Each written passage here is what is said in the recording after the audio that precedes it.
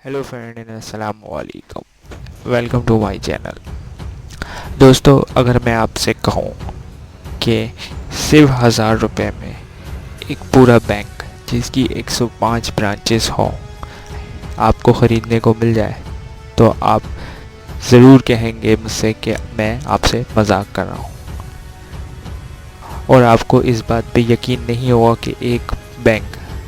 कैसे 1000 रुपये में बिक सकता है। बट पाकिस्तान की तारीख़ के अंदर एक कमर्शियल बैंक ने दूसरे कमर्शियल बैंक को सिर्फ 1000 रुपये के एवज़ ख़रीद लिया। जी हाँ, मैं बात कर रहा हूँ पाकिस्तान के कमर्शियल बैंक KASB यानी खादिम अली शाह बुखारी बैंक के बारे में। Khadim Ali Shah Bukhari bank KASB group की सब्सिडरी कंपनी थी। KASB ग्रुप इस्टेब्लिश किया था खादिम अली शाह बुखारी ने 1955 के अंदर, और इनकी डिफरेंट सब्सिडरीज़ हैं और डिफरेंट सेक्टर में ये काम कर रहे हैं। अब बात करते हैं कि आखिर कोई बैंक 1000 रुपये में कैसे बिक सकता है। तो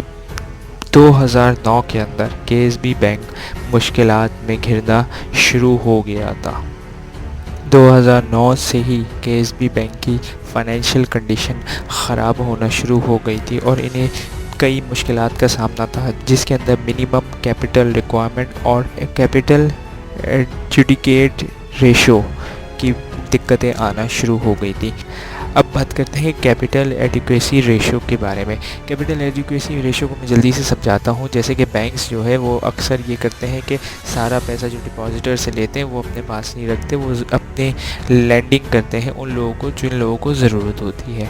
और इसी से वो कमाते हैं इंटरेस्ट, और थोड़ा सा पैसे उनको दे देते हैं जो जिन्होंने पैसा रखवाया था बैंक को, और कुछ पैसा वो ख़ुद रख लेते हैं। लेकिन अगर कि अचानक से एग्जाम्पल के तौर पे ले लें कि जो काफ़ी सारे जो डिपॉजिटर्स थे बैंक के पास पहुंच जाते हैं कि भाई हम मेरा पैसा वापस करो। अब बैंक ये नहीं कह सकते कि हम वापस नहीं करेंगे, लेकिन बैंक को तो वापस करना ही पड़ेंगे। तो अब वो सारे पैसे पहुंच जाते हैं लोग, तो अचानक से बैंक के पास इतना कैश नहीं पड़ा होता कि वो सारा पैसा उठाए डिपॉजिटर्स का और वो फ़ौरन उन डिपॉजिटर्स को दे दें। तो उसके लिए ये सेंट्रल बैंक की, यानी कि जो सेंट्रल बैंक होता है कंट्री का, उसकी तरफ से एक रिक्वायरमेंट होती है कि आपको इतना जो रेशो है कैपिटल का या जो डिपॉजिटर्स का वो आपको रखना है, ताकि एमरजेंसी लेंडिंग, यानी कि मतलब अचानक से कभी कोई भी वजूहत की वजह से ज़्यादा डिपॉजिटर्स आ जाते हैं या फिर बैंक को किसी किस्म की ज़्यादा फाइनेंशियली कैपिटली नीड पड़ जाती है पैसे की, तो वो उस डिपॉजिट में से निकाल सके। लेकिन KASB के केस में ऐसा हुआ कि जो डिपॉजिट था वो गिरता चला गया। अच्छा, इस KASB की हालत देखते हुए कई चाइनीज़ कंपनीज स्टेट बैंक के पास आईं और उन्होंने कहा कि स्टेट बैंक से कि भाई हम ये बैंक जो है KASB बैंक पूरा का पूरा बैंक हम ख़रीदना चाहते हैं। लेकिन स्टेट बैंक ने उनको इनकार कर दिया और कहा कि आप हमारी पॉलिसीज़ के ख़िलाफ़ हैं। दरअसल ये कंपनी 2014 से पहले आई थी और उन्होंने काफ़ी कोशिश की कि हम ये बैंक ख़रीद लें, लेकिन स्टेट बैंक ने उनको साफ मना कर दिया। वो पॉलिसीज़ के ऊपर पूरा उतर नहीं रहे, जिसके अंदर सबसे बड़ा नाम निकल के आता है दी साइबर नट का ग्रुप का, जो चाइनीज़ इन्वेस्टमेंट कंपनी थी। उसने कहा कि भाई हम इस बैंक को 100 मिलियन के अंदर ख़रीदना चाहते हैं और इनिशियली हम इसको 20 मिलियन डॉलर इसको देंगे, और फिर उसके बाद Aahista Aahista year by year हम इसको 100 मिलियन डॉलर तक ले जाएंगे। लेकिन स्टेट बैंक ने, जैसे कि मैंने पहले बताया, कि मना कर दिया साफ। अब स्टेट बैंक लगातार मॉनिटर कर रहा था KASB की फाइनेंशियल कंडीशन को, तो स्टेट बैंक को लगा कि जो KASB बैंक है अब ये ज़्यादा देर तक सरवाइव नहीं कर पाएगा KASB बैंक, तो इसलिए स्टेट बैंक ने 2014 के अंदर PwC, और पाकिस्तान के अंदर उसे फर्ग्यूसन्स कहते हैं, उस फर्म को हायर किया और कहा कि भाई KASB की वैल्यूएशन लगाओ। तो जो रिपोर्ट उन्होंने स्टेट बैंक को प्रेजेंट की, तो उसके अंदर KASB की नेट वैल्यू नेगेटिव में जा रही थी। मतलब क्या, उनके असासे जो हैं वो जो उनके जो वाजिबात थे या जो क्या कह लें उनकी लाइबिलिटीज़ जो है वो ज़्यादा थी। اس کے بعد پاکستان کے 4 بینکوں نے بھی KSB کے اندر کافی انٹرسٹ شو کرنا شروع کیا کہ یہ بینک KSB کو خریدنا چاہتے ہیں، جن میں عسکری بینک شامل ہے، جس میں JS بینک ہے اور سندھ بینک ہے اور بینک اسلامی۔ انہوں نے انٹرسٹ شو کیا کہ ہم یہ بینک خریدنا چاہتے ہیں۔ تو اسٹیٹ بینک نے ڈیسائیڈ کیا کہ ہم اس بینک کو بینک اسلامی کے ہاتھوں فروخت کر دیں گے، اور اس کی جو ویلیو یعنی کہ جس قیمت پہ یہ بینک خریدا جائے گا وہ صرف 1000 روپے آئی، اور KSB بینک کو صرف 1000 روپے کے اندر دی اسلامک بینک نے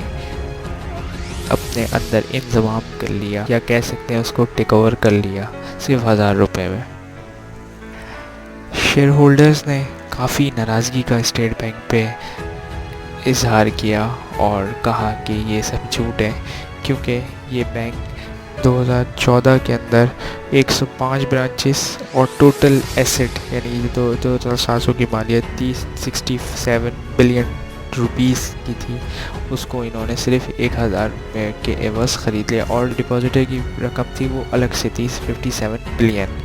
تو انہوں نے جتنے بھی شیئر ہولڈرز تھے ان سب نے ہائی کورٹ کے اندر پٹیشن داخل کی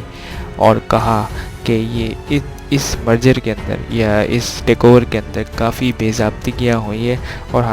یا تو اسٹیٹ بینک ہمیں کمپنسیٹ کرے یا پھر اس ڈیسیشن کو کالعدم کرا دیا جائے تاکہ ہمیں لاس سے بچا سکے۔ لیکن اسٹیٹ بینک کا موقف اب یہ تھا کہ اسٹیٹ بینک نے کہا تھا کہ شیئر ہولڈرز تو اپنی ویلتھ وہیں کھو چکے تھے جب اس کی ویلیویشن جو PwC نے کی تھی یا کہ فرگوسنس نے کی تھی وہ نیگیٹو میں آئی تھی، تو شیئر ہولڈرز کی نیٹ ویلیو تو ویسی ہی زیرو ہو گئی تھی۔ اس کے بعد جب بینک اسلامی نے اس بینک کو خرید لیا تو اسٹیٹ بینک نے بینک اسلامی کو 2 قرضے دیے، جس میں سے ایک قرضہ 5 بلین روپیز کا تھا۔ جب اس کی فائنینشیل کنڈیشن بگڑتے بہت خراب ہو گئی تو اسٹیٹ بینک نے اس کو بند کر دیا تھا، اور یہ فائنینشیل اور تمام جو ڈپازیٹرز تھے ان کے پیسے فریز کر دیے تھے، ان کے اکاؤنٹ فریز کر دیے تھے، اور کوئی اپنا پیسہ نیا نکلوا سکتا تھا اور نہ وہ جمع کروا سکتا تھا۔ یہ بات اسٹیٹ بینک اور دی بینک اسلامی دونوں جانتے تھے کہ اگر اب بینک کھلے گا تو جتنے بھی ڈپازیٹرز ہوں گے وہ سارا اپنا پیسہ KSB سے نکالنے کو آ جائیں، اس لیے سینٹرل بینک نے 2 لون اپروو کیے دی اسلامک بینک کو، جس میں سے پہلا لون کی رقم 5 بلین تھی اور جو بہت ہی کم انٹرسٹ یعنی کہ 0.01 انٹرسٹ پر دیا گیا، اور دوسرا جو لون تھا وہ 15 بلین کا تھا، 4.7% پر اینم کے انٹرسٹ پر دیا گیا دی اسلامک بینک کو، تاکہ وہ اس ڈپازیٹرز کے وڈرال سے جو کیش کا فلو ہے وہ خراب نہ ہو۔ تاکہ فرینڈز، امید کرتا ہوں کہ آپ کو یہ ویڈیو پسند آئی ہوگی اور آپ نے اس ویڈیو کو انجوائے کیا ہوگا۔ اسے لائک کریں، دوستوں کے ساتھ شیئر کریں، and thank you for watching this video.